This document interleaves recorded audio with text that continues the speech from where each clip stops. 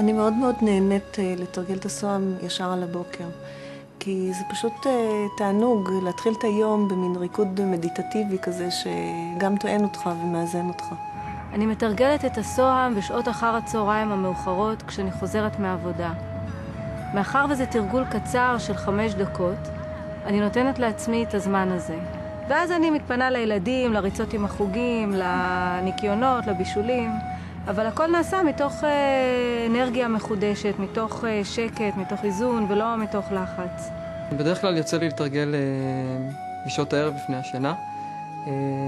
יש לזה אפקט מדהים במהלך השינה.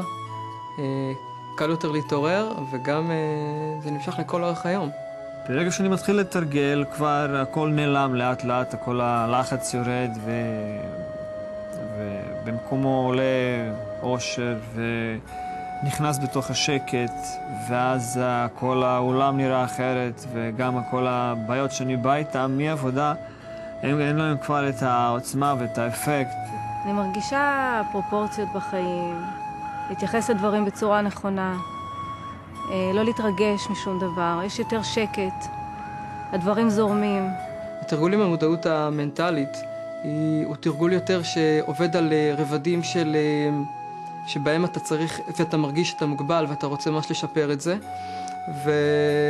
והרובד היותר של האספקט של תרגול הסועם, של המרווח, הוא הרבה יותר עוצמתי. הוא בא ממקום שאתה חווה את האמת שבך, את מה שאתה במהות.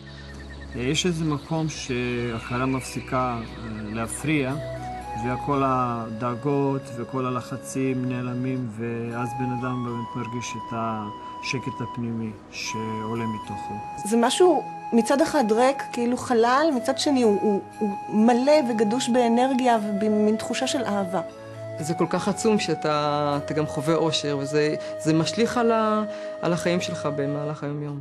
אני תמיד חווה שקט מאוד גדול, שלווה ועוצמה אנרגטית. זאת אומרת, אני מרגישה שאני פשוט, אנרגיה נשאבת לתוכי. אני מתמלאת באנרגיה. ומלבד זה יש גם אותם מקרים שבהם אני גם מצליחה להיכנס לאותו מרווח, ואז זה פשוט אין מילים. זה מין מצב שאי אפשר לדבר עליו. זה מין משהו כזה, אני לא יודעת.